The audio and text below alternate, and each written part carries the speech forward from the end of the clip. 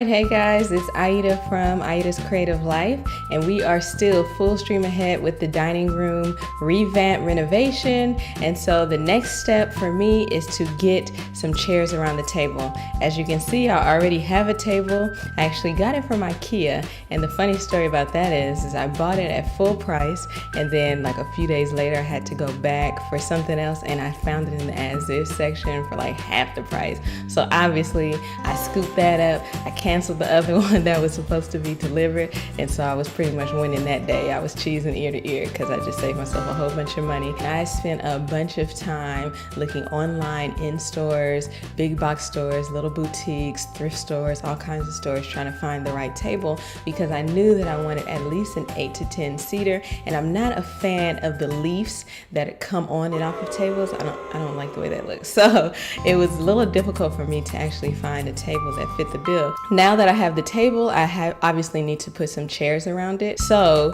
I know that I want to have some variations in chairs. However, at the head of the table and the base of the table, I want to make sure that I have those two at least the same.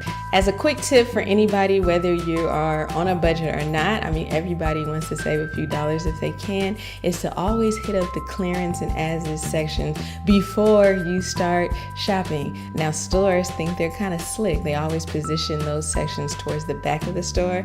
But for me, I make a beeline to the as-is section. That's the first thing I do, because oftentimes I'll find things that I was looking for in that as-is section, and it saves me a lot of money. You might find things that have just simply been opened. You might find things with a little bit of dings. You might see things that were on display, but are perfectly fine. So tip, go to the as-is or clearance section of the store first. All right, now that I have my inspiration, I am ready to move along. If you haven't seen my previous video on inspiration, check it out. It kind of has a little bit of a funny skit about how inspiration goes, and also it shows you the spark that I needed and what I purchased in order to get the inspiration for the entire dining room. I'll put a link for that below, and you can check it out if you want. Continue to follow along as I revamp and redesign my dining room for the White House renovation 2017.